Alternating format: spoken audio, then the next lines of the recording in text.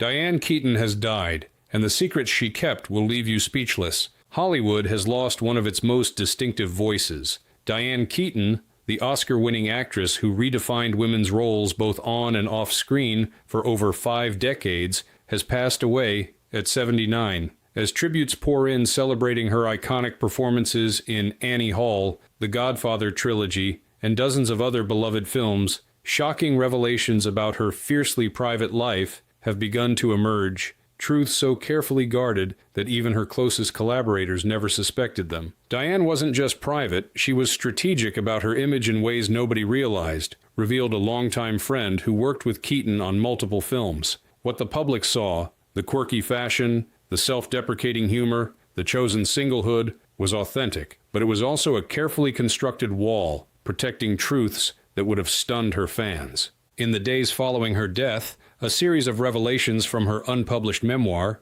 interviews with her inner circle, and previously sealed correspondence have painted a dramatically different picture of the woman behind the nervous laugh and oversized glasses. From secret romances that shaped cinema history to hidden talents that rivals envied, Keaton's life contained dimensions that reshape our understanding of her entire career. Today, we're counting down the 10 most shocking secrets Diane Keaton took to her grave. Revelations that transform our understanding of an actress whose seemingly transparent personality concealed depths no one suspected. These aren't just celebrity gossip. They're genuine insights into a complex woman who shaped American cinema while keeping her true self hidden behind the characters she so memorably brought to life. But first, let's explore the most stunning revelation of all, how Keaton's most famous role, the one that defined her public image for 50 years, came from a place far more personal than anyone ever realized. Nervous at all, ever? No, Diane Keaton doesn't get nervous. I'm very nervous right now. My heart's beating very fast. It is not. Why would Diane Keaton be nervous ever? Because... Number 10. The real Annie Hall was her identical twin sister. For half a century, film critics and fans have debated how much of Keaton's Oscar-winning performance as Annie Hall was acting and how much was simply Diane being herself on screen. The stammering speech patterns, the quirky fashion sense, the endearing neuroses, all seem to be extensions of Keaton's authentic personality. The truth, revealed in her private papers, is far more complex and heartbreaking. Annie Hall wasn't Diane playing herself, it was Diane playing her twin sister Anne, who died when they were teenagers, disclosed a family member who requested anonymity. The mannerisms, the clothing style, even the la-di-da catchphrase, those all belonged to Anne originally. The performance that made Diane famous was actually a private tribute to the sister no one knew existed. According to multiple sources now speaking publicly, Keaton was born Diane Hall, her real surname, which she later changed to her mother's maiden name, alongside an identical twin sister named Anne. Following Anne's death from leukemia when the girls were 16, Keaton rarely spoke of her sister publicly, processing her grief instead through her craft. When Woody Allen was developing the character with her,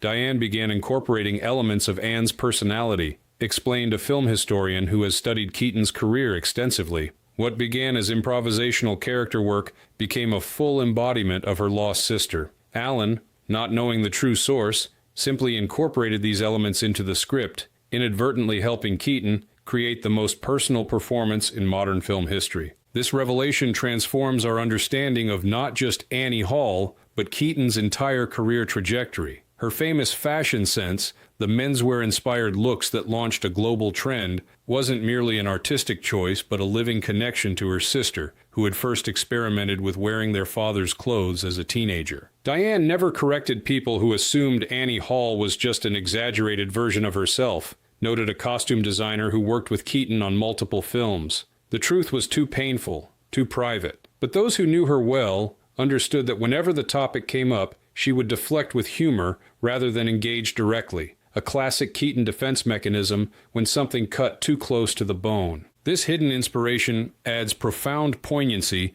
to what was already considered one of cinema's most authentic performances. What appeared to be Keaton simply being herself was actually a complex act of remembrance, bringing her lost sister back to life through the medium that had given her own life meaning. Sleeper was funny, and the little drummer girl was a bomb. Yeah, and that's really kind of Number 9. The secret romance with Warren Beatty that changed Hollywood. Diane Keaton's relationship with Warren Beatty in the late 1970s was never a secret. The two publicly dated around the time they made Reds together. What remained hidden until now was the true nature and extraordinary impact of their romance, which fundamentally altered the power dynamics of Hollywood in ways that continue to resonate today. What no one understood was that Diane and Warren weren't just lovers. They were secret business partners during a pivotal moment in film history, revealed a former studio executive who worked closely with both stars. Their relationship created a behind-the-scenes power base that changed how studios dealt with female stars permanently. According to multiple sources now speaking freely, Keaton and Beatty formed a clandestine pact after observing how differently they were treated by the same studios. When Beatty discovered he was being paid nearly triple what Keaton earned for Reds, despite her recent Oscar win and comparable box office draw, the two devised a strategy that would leverage his industry clout to elevate her position. Warren began insisting on contract transparency and equal treatment in a way that was revolutionary for that time, explained an entertainment lawyer familiar with the arrangements. He would refuse deals unless Diane received equitable treatment, not just on their joint projects, but on her solo films as well. They kept this arrangement completely private to prevent studios from simply refusing to work with them as a pair. This behind-the-scenes alliance resulted in Keaton becoming one of the first female stars to receive profit participation deals similar to her male counterparts, a business breakthrough that her contemporaries benefited from without ever knowing she had pioneered it. The genius of their approach was that it never appeared to be activism, noted a film historian specializing in Hollywood power structures. Warren was perceived as a difficult but brilliant male star making demands, which was acceptable. If Diane had openly fought these battles herself, she would have been labeled difficult and potentially unhireable. What makes this revelation particularly significant is how it reframes our understanding of both stars. Beatty's reputation as a controlling perfectionist takes on new meaning when understood as partially motivated by a commitment to equity. Meanwhile, Keaton's carefully maintained image as somewhat scattered and non-confrontational appears as a strategic misdirection that allowed her to achieve concrete business goals without triggering industry backlash. They created a template for how women could achieve power in Hollywood without appearing to seek it, observed a contemporary female producer. Diane's ability to present as non-threatening while securing groundbreaking deals was perhaps her greatest performance, one the public never got to see. Welcome, Miss Diane Keaton. How are you tonight? I'm all right. I'm hiding behind my bags.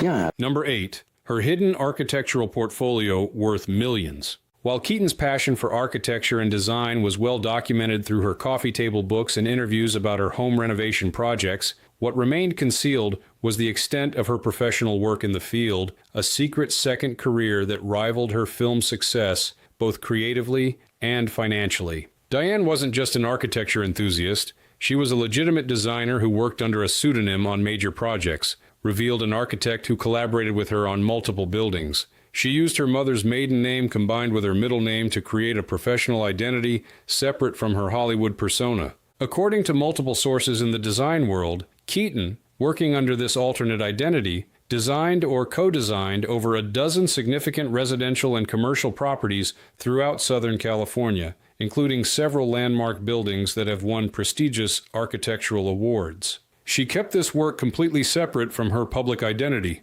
explained a longtime friend familiar with both sides of Keaton's career. She would literally change clothes, put on different glasses, and adopt a more business-like demeanor for architectural meetings. Many of her design clients never realized they were working with Diane Keaton, the actress. This secret portfolio, valued conservatively at over $30 million, represents a body of work that rivals her film achievements in scope and influence. Several of her buildings have been featured in architectural digests and design publications, with critics praising their innovative approaches without ever knowing the mind behind them. What makes this revelation so stunning is that she managed two high-profile, high-pressure careers simultaneously for decades without ever letting them cross-contaminate, noted a biographer who had been researching Keaton's life. She compartmentalized these aspects of her life so effectively that even close friends from her film world had no idea about the scale of her architectural achievements. Keaton's decision to keep these worlds separate stemmed from her determination to have her design work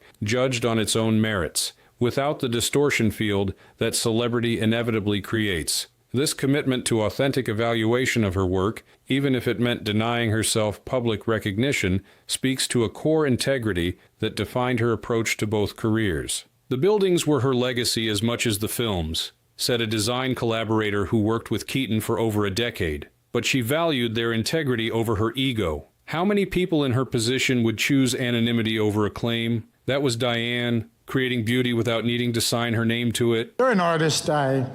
You're a great artist. I remember it and I love it, and I love you forever.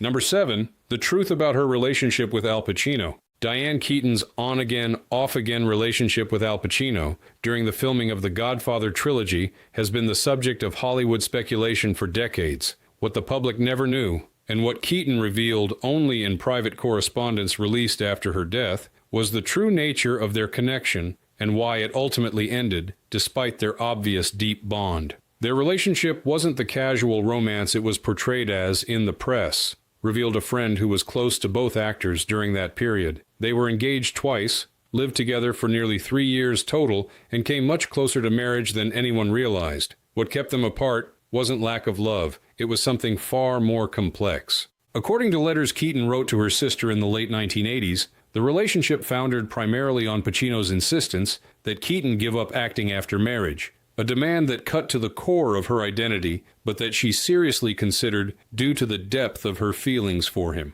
Al had very traditional views about family that contradicted his artistic persona, explained a colleague who worked with both actors. He wanted Diane to step away from film and focus on creating a family. For someone who had fought so hard to establish herself as more than just a pretty face, this was an impossible choice, yet she almost made it. The correspondence reveals that Keaton went so far as to turn down several major roles in the early 1980s while contemplating Pacino's ultimatum, a period previously attributed to a lull in good scripts rather than a personal crisis about her future. What no one understood was that her Oscar-winning performance in Reds came at the precise moment she had decided to choose her career over her relationship, noted a film historian. The emotion in that performance, the sense of a woman torn between love and self-determination, wasn't just acting. It was Diane processing the most difficult decision of her life. The letters also reveal that Pacino and Keaton maintained a complex connection long after their romantic relationship ended, with Pacino serving as a trusted advisor on projects and Keaton helping him through personal struggles that never became public. They created a different kind of partnership than the one they originally envisioned, said a director who worked with both actors. Less conventional, but ultimately more supportive of who they both truly were. Their ability to transform romantic heartbreak into lifelong friendship speaks to an emotional maturity that neither gets enough credit for. This revelation reframes many of Keaton's career choices in the 1980s and adds poignant context to her performances in films dealing with sacrifice and difficult choices. The woman who became an icon of independence had come far closer to choosing a traditional path than anyone ever suspected. So listen, you drive? Do I drive?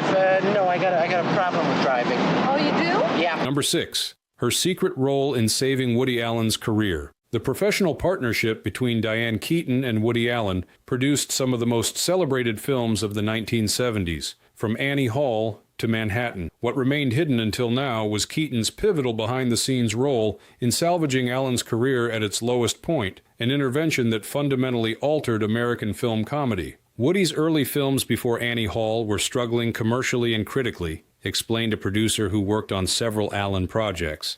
After Sleeper underperformed, the studios were ready to write him off as too niche, too intellectual. It was Diane who fought for his vision and literally rewrote sections of Annie Hall to make it accessible without compromising its essence. According to multiple sources now speaking freely, the original script for Annie Hall, then titled Anhedonia, was a far more experimental, fragmented, and inaccessible film that studio executives were prepared to shelve after seeing early footage. Keaton, recognizing both its problems and its potential, initiated a series of emergency rewrites. Diane was the bridge between Woody's cerebral comedy and what mainstream audiences could connect with, noted a screenwriter familiar with early drafts of the script. She added the emotional through line that was missing, pushed for the romantic elements that gave the film its heart, and convinced Woody to cut nearly 40 minutes of philosophical digressions that would have alienated viewers.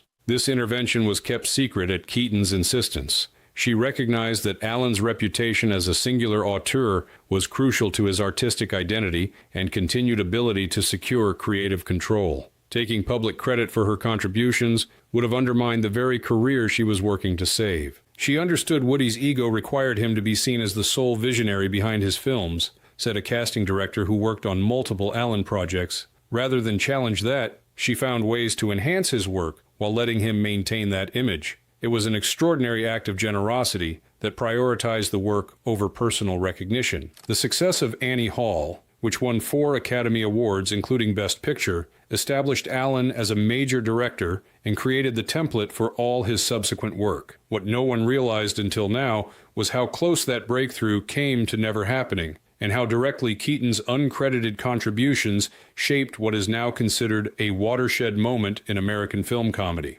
Diane's fingerprints are all over the aspects of that film that resonated most deeply with audiences, observed a film scholar who has studied Allen's work extensively. The emotional honesty, the accessible neurosis, the balance of intellect and heart, these elements became hallmarks of his most successful work, and they came directly from her influence. This revelation transforms our understanding of one of cinema's most celebrated creative partnerships, suggesting it was far more collaborative and interdependent than the public narrative acknowledged, and that Keaton's role extended far beyond her on-screen performance to the fundamental shaping of what would become Allen's distinctive voice. It was, of course, the lowest point in my life. And here's what I think about what it is to... Number 5. The hidden health battle she fought for decades. Throughout her career, Keaton projected an image of boundless energy and vitality, maintaining a rigorous work schedule well into her 70s. What remained entirely hidden from public view was her decades-long battle with a rare form of rheumatoid arthritis that caused her constant pain and required increasingly elaborate accommodations on film sets. Diane was diagnosed in her early 40s, right around the time she made Baby Boom, revealed a medical professional who worked with the actress for many years. She made an extraordinary decision to keep it entirely private, not just from the public, but from almost everyone she worked with professionally. This secrecy was motivated by Keaton's well-founded fear that knowledge of her condition would limit her career opportunities in an industry already unforgiving to aging women. Instead of disclosing her diagnosis, she developed elaborate workarounds and preparation rituals that allowed her to perform without revealing her physical limitations. She would wake up 4 hours before call time to begin a regimen of exercises, medications, and treatments that would give her mobility for the day's shooting, explained a longtime assistant. Between takes, she'd disappear to ice inflamed joints or receive emergency treatments. The baggy clothing style she made famous wasn't just a fashion choice. It helped conceal medical devices and compression garments she often needed to work. Directors who worked with Keaton noticed her insistence on minimal takes and careful blocking, but attributed these preferences to artistic method rather than physical necessity. Her reputation for extensive preparation and script memorization was partly driven by the reality that she couldn't afford the physical toll of repeated takes. What's remarkable is that some of her most physically demanding roles, the physicality in Something's Gotta Give or First Wives Club, came when her condition was actually at its worst, noted a physical therapist who worked with her. She would be practically immobile the day before shooting, undergo intensive treatments, then perform these scenes that required such precise timing and movement, then collapse when the cameras stopped rolling. This revelation adds extraordinary dimension to Keaton's career achievements, suggesting that her performances involved not just artistic skill, but physical courage and determination that went completely unrecognized. It also explains her famous reticence about certain aspects of aging. She wasn't being vain but strategic, knowing that any acknowledgement of physical limitation would be magnified by her undisclosed condition. She never wanted pity or special treatment, said a director who worked with Keaton on multiple films. More importantly, she never wanted audiences watching her performances through the lens of her diagnosis. She wanted her work judged on its merits, not graded on a curve because of her health challenges. This insistence on being evaluated on equal terms with her peers, despite facing obstacles they didn't, speaks to a core principle that guided Keaton's entire career: a determination to succeed or fail based on her work alone, without explanations or excuses. I was just gonna give you a kiss hello. Oh.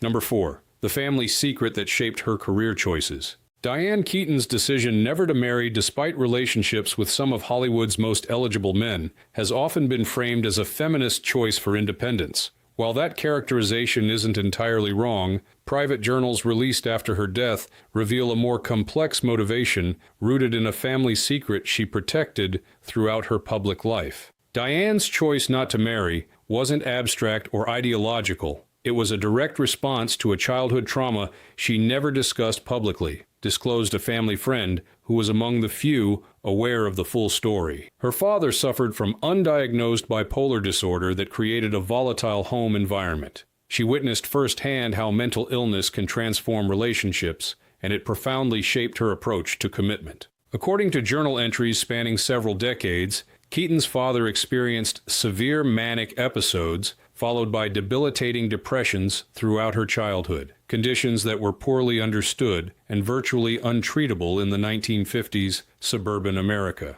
Her mother maintained a facade of normalcy to the outside world while managing increasingly difficult situations at home. Diane wrote extensively about watching her mother's identity slowly disappear into the all-consuming role of managing her father's condition, noted a mental health professional who reviewed the journals with the family's permission. She made a conscious decision as a young woman that she would never allow her own identity to be subsumed by a relationship in the same way. This family experience also directly informed Keaton's career choices, particularly her willingness to play complex, flawed women rather than idealized romantic figures. Her understanding of psychological complexity gave her performances a depth that set her apart from contemporaries. You can trace a direct line from her family experiences to roles like Kay in The Godfather or Renata in Interiors, observed a film critic who has studied Keaton's career. Her ability to portray women navigating impossible situations with both vulnerability and strength came from lived experience most people knew nothing about. The journals reveal that Keaton's decision to adopt children later in life was also connected to this history. She was determined to create a stable, predictable home environment fundamentally different from her own childhood. Her choice to become a single mother wasn't a rejection of family, but a carefully considered approach to building one on her own terms. She wrote repeatedly about breaking the cycle, said a childhood friend who remained close to Keaton throughout her life. She believed that understanding her father's untreated condition gave her the awareness to create something healthier for her own children. Her decision to parent alone wasn't about independence so much as control, ensuring that her children would never experience the instability she had. This context adds profound dimension to what has often been characterized as Keaton's quirky nonconformity. What appeared to be an actress following an unconventional path was actually a woman making deliberate choices to create stability and psychological health based on hard-earned wisdom from her earliest experiences. Number 3. The music career that almost was. Long before she charmed audiences with her singing in Annie Hall, and later films like And So It Goes, Diane Keaton was on track to become a professional singer, a career path she abandoned for acting, but continued to develop privately throughout her life, creating an extensive body of recorded work that few knew existed. Diane was originally training as a singer before she shifted to acting, revealed a music producer who worked with Keaton on several secret recording projects. She studied at the neighborhood playhouse, but simultaneously was performing in nightclubs and developing a truly unique vocal style that blended jazz phrasing with folk sensibilities. According to multiple music industry sources, Keaton maintained a fully equipped recording studio in her home for decades, where she recorded over 100 original songs and interpretations of standards that she never released commercially, an entire musical career that existed parallel to her film work. She would bring in top-tier session musicians late at night after film shoots or between movies, explained an engineer who worked on these private recordings. These weren't casual hobby sessions. She approached these recordings with the same discipline and perfectionism she brought to her acting. The resulting body of work is extraordinary. If it had been released, it would have established her as a significant recording artist, independent of her film career.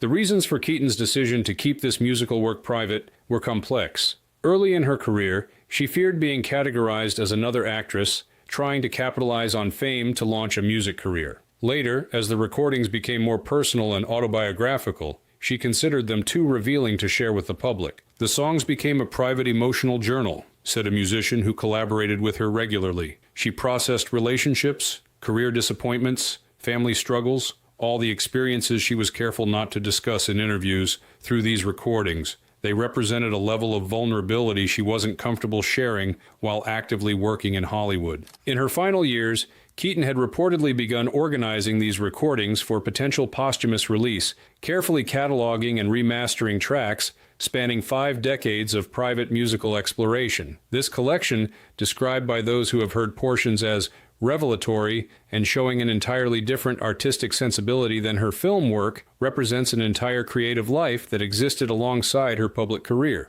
What's astonishing isn't just the quality of the work, but the discipline required to sustain this level of artistic output completely outside public recognition, noted a music historian who has reviewed some of the recordings. Most people seek validation for their creative work. Diane created for decades with no audience beyond a handful of collaborators. That speaks to a rare artistic purity. This revelation transforms our understanding of Keaton's creative life, suggesting that her public career, impressive as it was, represented only one aspect of her artistic expression, and that some of her most personal and accomplished work remained deliberately hidden from the audiences who thought they knew her. I really like you. I really like you. Yeah, but I love you like you.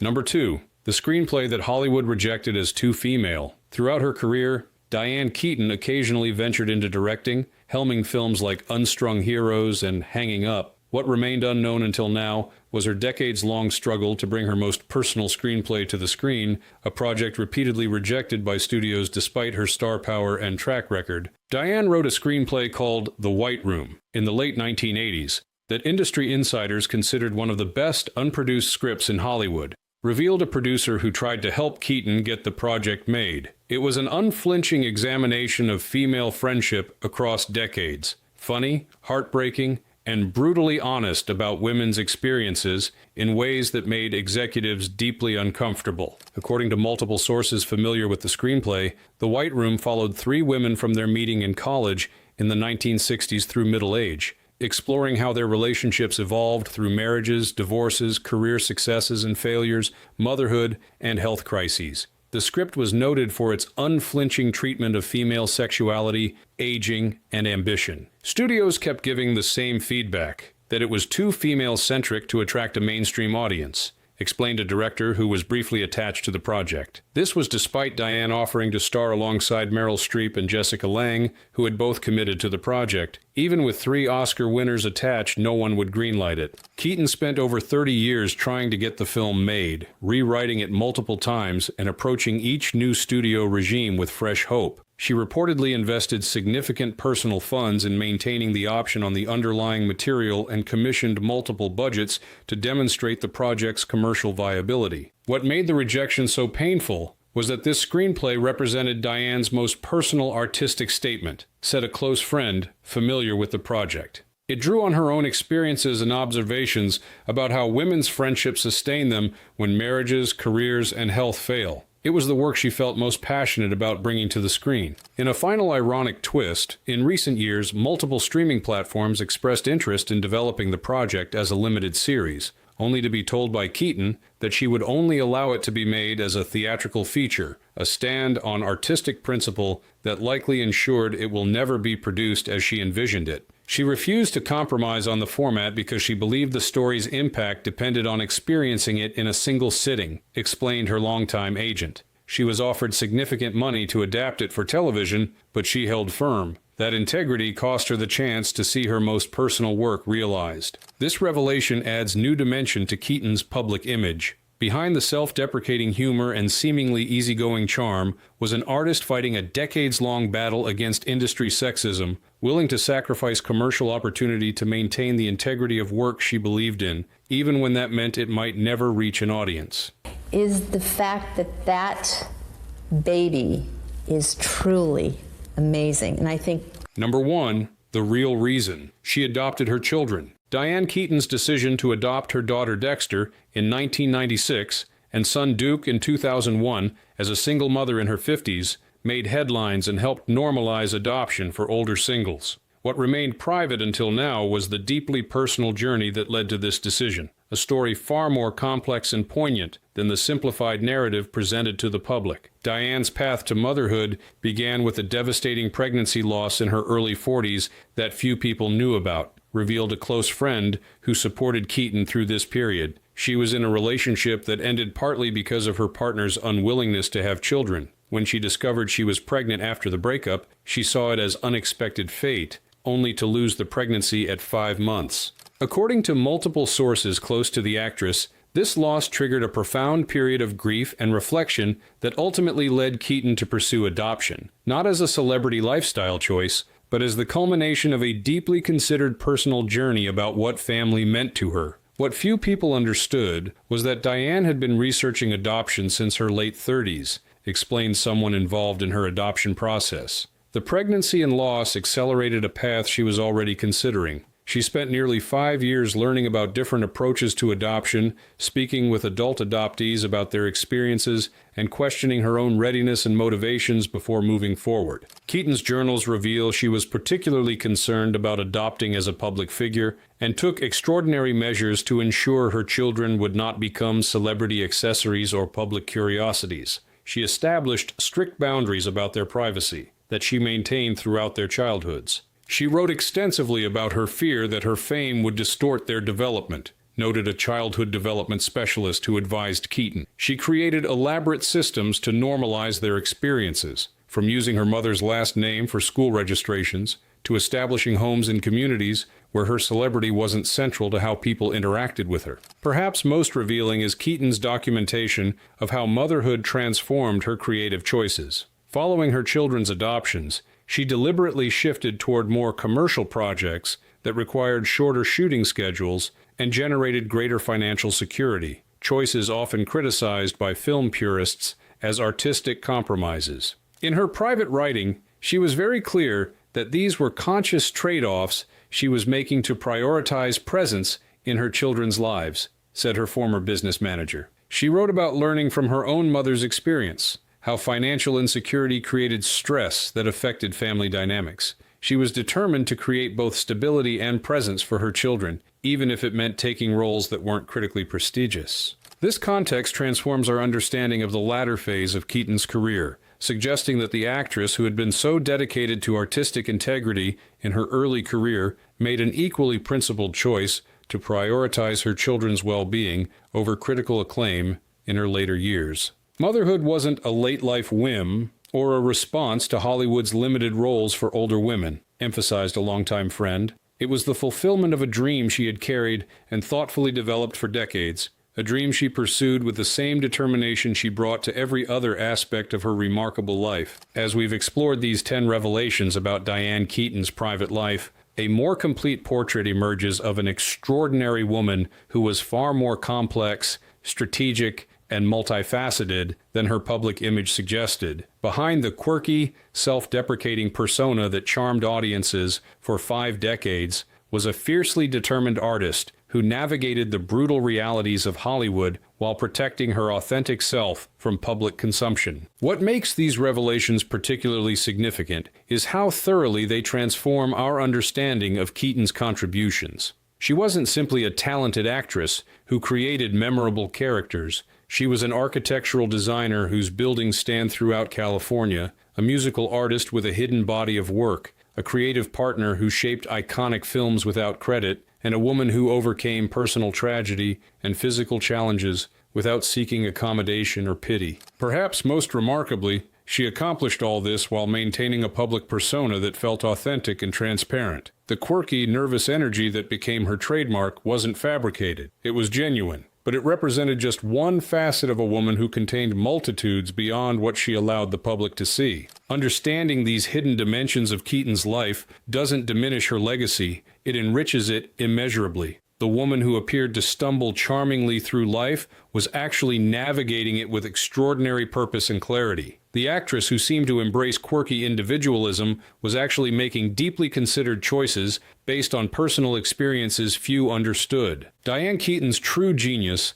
wasn't just her acting talent, but her ability to present a public self that felt completely authentic while maintaining sacred spaces in her life that remained private. In an industry that typically demands total access to its stars, she created boundaries that protected her essential selfhood while still giving audiences a figure they could connect with and love. As we look back on her remarkable career, from her Oscar-winning turn in Annie Hall to her late career renaissance in films like Something's Gotta Give, we can now appreciate the full measure of her achievement. She wasn't just playing complex independent women navigating difficult choices. She was living that reality with grace, humor, and fierce determination. Diane Keaton's passing closes the final chapter on one of Hollywood's most beloved and distinctive personalities, but the revelations that have emerged since her death open new understanding of the complex, brilliant woman behind the oversized glasses and signature laugh. These 10 secrets don't diminish the Diane Keaton we thought we knew.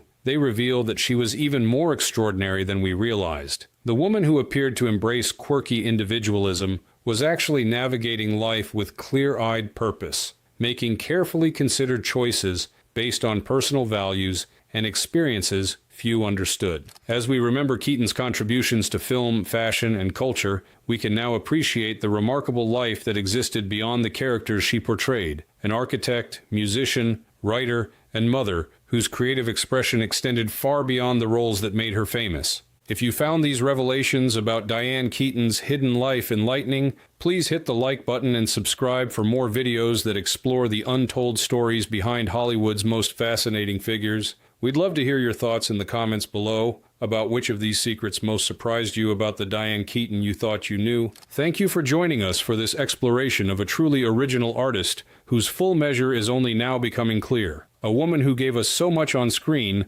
while maintaining a rich, multifaceted life beyond the spotlight.